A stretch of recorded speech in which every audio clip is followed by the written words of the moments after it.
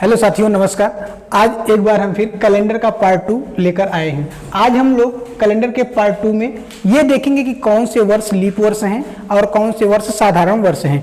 इनकी पहचान हम लोग पिछले वीडियो में कर चुके हैं कि लीप वर्ष और साधारण वर्ष की पहचान कैसे करते हैं। आइए देखते हैं। पहला प्रश्न कह रहा है कि निम्न में से कौन सा वर्ष लीप वर्ष है।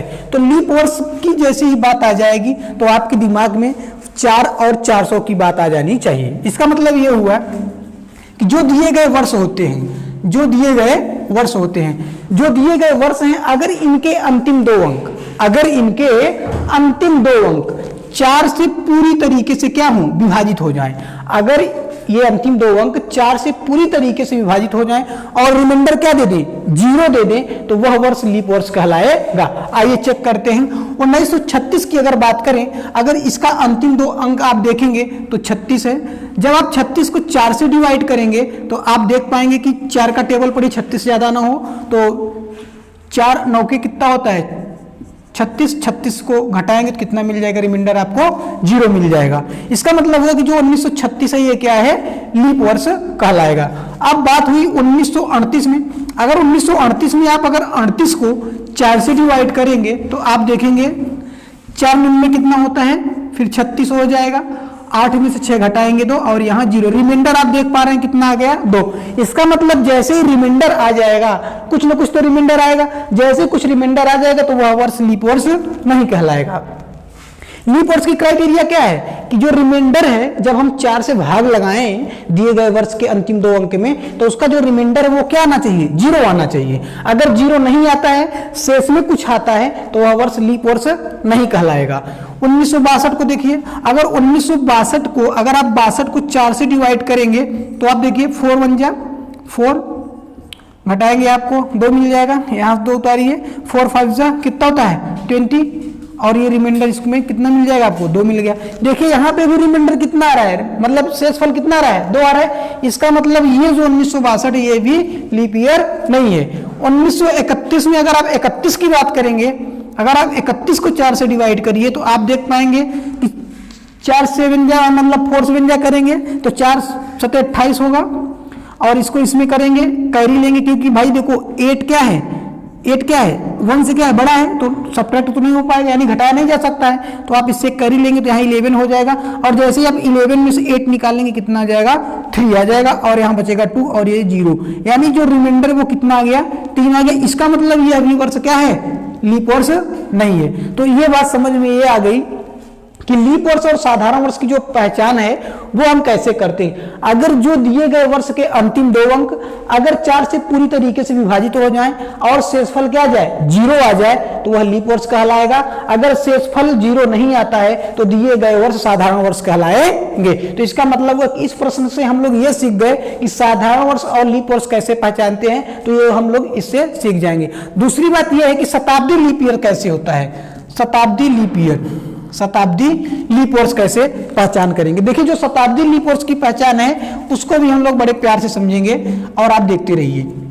अब देखिए, अगर आपके पास पहला ऑप्शन हो 1900, दूसरा ऑप्शन हो आपके पास 1700, तीसरा ऑप्शन हो आपके पास 1800 और चौथा ऑप्शन हो आपके पास 1600।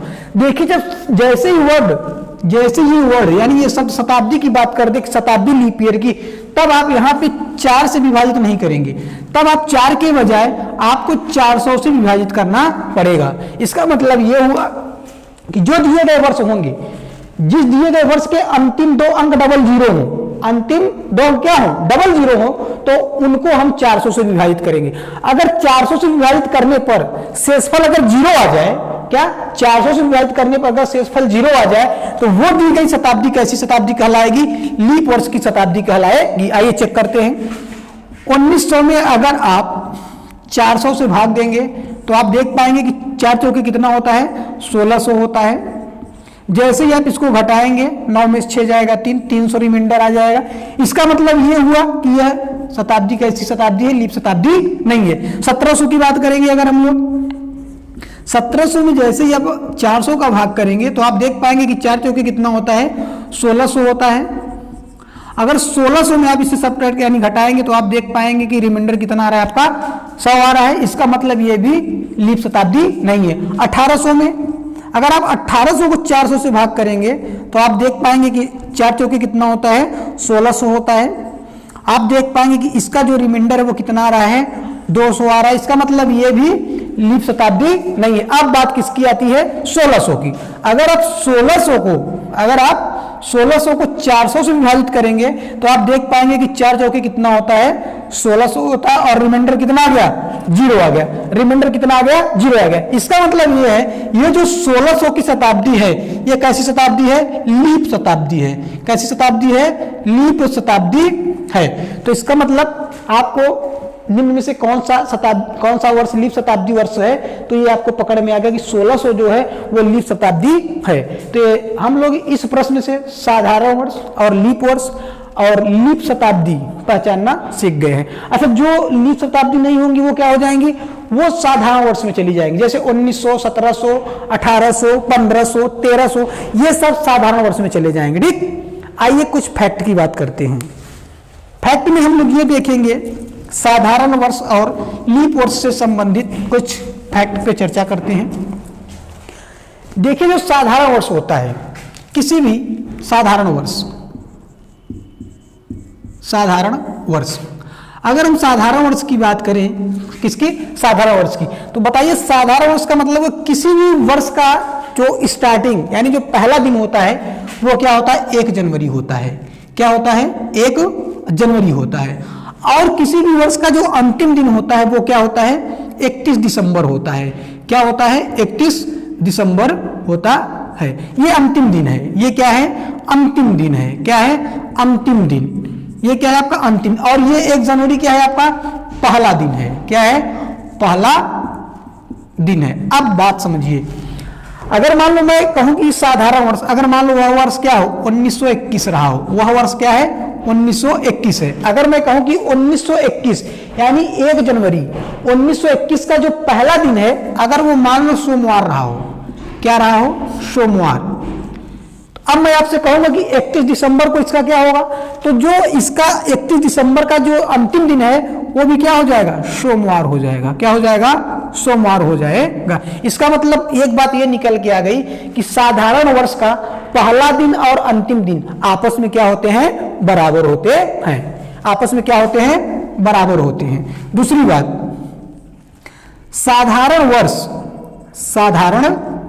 वर्ष अगर साधारण वर्ष क्रम से हो, क्या हो, क्रम से हो, क्रम से का मतलब हुआ कि एक के बाद दूसरा। जैसे 1921, 1922, 1923, ये सब कैसे वर्ष हैं, साधारण वर्ष हैं। अगर मैं आपसे कहूं कि 1921 का अगर अंतिम दिन सोमवार है, अंतिम दिन क्या है, सोमवार है, तो बताइए 1922 का पहला दिन क्या होगा, तो मंगलवार हो जाएगा। क्या हो जाएगा, मंगलवार हो जाएगा। 1923 का क्या हो जाएगा, बुधवार हो जाएगा। क्या हो जाएगा, बुधवार हो जाएगा। इसका मतलब यह हुआ जो साधारण वर्ष होते हैं उनमें जो दिन का गैप है वो एक एक दिन का है। इसका मतलब अगर 1921 को 31 दिसंबर को सोमवार है तो 1 जनवरी 1922 को क्या बन जाएगा, मंगलवार बन जाएगा। अगर 1922 को 1 जनवरी को मंगलवार, इसका मतलब इस 31 दिसंबर को इसका क्या बन जाएगा, मंगलवार, क्योंकि साधारण वर्ष का पहला दिन और अंतिम दिन क्या होता है, आपस में बराबर होता है, समान होता है। और जैसे फिर 1923 की बात करेंगे, एक दिन बढ़ जाएगा। इसका मतलब हुआ कि साधारण वर्ष अगर क्रम से हो तो उनमें एक एक दिन का क्या होता है, बढ़ोतरी हो जाती है। अब आइए हम लोग लीप वर्ष की बात करते हैं। लीप वर्ष में क्या होगा इसको देखेंगे पहले। अब लीप वर्ष में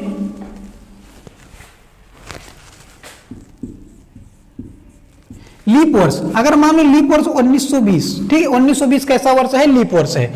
अगर 1 जनवरी 1920 को सोमवार हो, 1 जनवरी 1920 को क्या हो, सोमवार हो। अच्छा, मैं सोमवार को हटा दे रहा हूं ताकि आपको कंफ्यूजन ना हो। सपोज करिए कि 1 जनवरी 1920 को मंगलवार रहा हो, क्या रहा हो, मंगलवार, क्या रहा हो, मंगलवार रहा हो। तो बताइए 31 दिसंबर को कौन सा दिन होगा, 31 दिसंबर को कौन सा दिन होगा। अब क्या होगा कि अगर 1 जनवरी 1920 को मंगलवार है तो 31 दिसंबर 1920 को क्या बन जाएगा, बुधवार बन जाएगा। क्या बन जाएगा, बुधवार बन जाएगा। अब आप यहाँ देख पा रहे होंगे कि एक दिन की यहाँ क्या हो रही है, बढ़ोतरी हो रही है। इसका मतलब हुआ कि जो 1920 है इसमें अब जो फरवरी थी, इसके पहले जो फरवरी 28 की होती थी, लेकिन जैसे ही लीप वर्ष आ जाएगा फरवरी कितने की बन जाएगी, 29 दिन की बन जाएगी। जैसे ही 29 दिन की बनेगी तो एक दिन क्या हो जाएगा, बढ़ जाएगा। तो इसीलिए लीप वर्ष के पहला दिन और अंतिम दिन में एक दिन का गैप होता है। देखिए अगर ये मंगलवार है तो ये कितना है, बुधवार है, एक दिन ये बढ़ जाएगा। ठीक, अब क्वेश्चन इस पे दूसरी बात करते हैं। अगर किसी लीप वर्ष के बाद, अगर लीप वर्ष के बाद कोई साधारण वर्ष आएगा, कोई साधारण वर्ष आता है, कोई साधारण वर्ष आएगा तब क्या आ जाएगा, ये देखिए।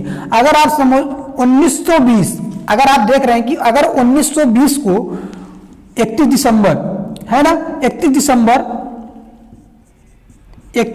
1920 को अगर बुधवार है, क्या है, बुधवार है, क्या है, बुधवार है। तो अब बात आइए आप 1921, क्या 1921, यानी 1921 का मतलब क्या, 1 जनवरी 1921 को क्या बन जाएगा, तो 1 जनवरी 1921 क्या बन जाएगा, बृहस्पतिवार बन जाएगा। क्या बन जाएगा, बृहस्पतिवार बन जाएगा। अब आप ये देख पा रहे होंगे कि 1 जनवरी 1920 को क्या था, मंगलवार था, और आप देख पा रहे हैं 1 जनवरी 1921 को क्या है, बृहस्पतिवार है।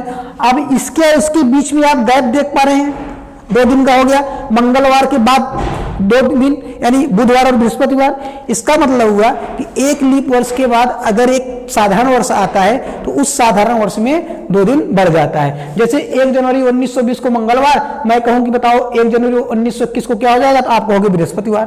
ठीक इसी तरीके से अगर मैं आपसे एक प्रश्न करूं, 1924 1 जनवरी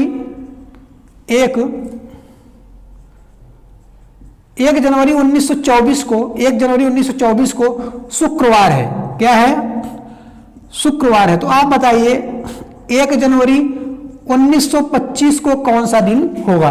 तो आप देख पा रहे हैं शुक्रवार से 2 दिन यानी शनिवार, उसके बाद रविवार, कितना हो जाएगा, रविवार। क्योंकि देख रहे हैं कि ये क्या है, लीप ईयर है।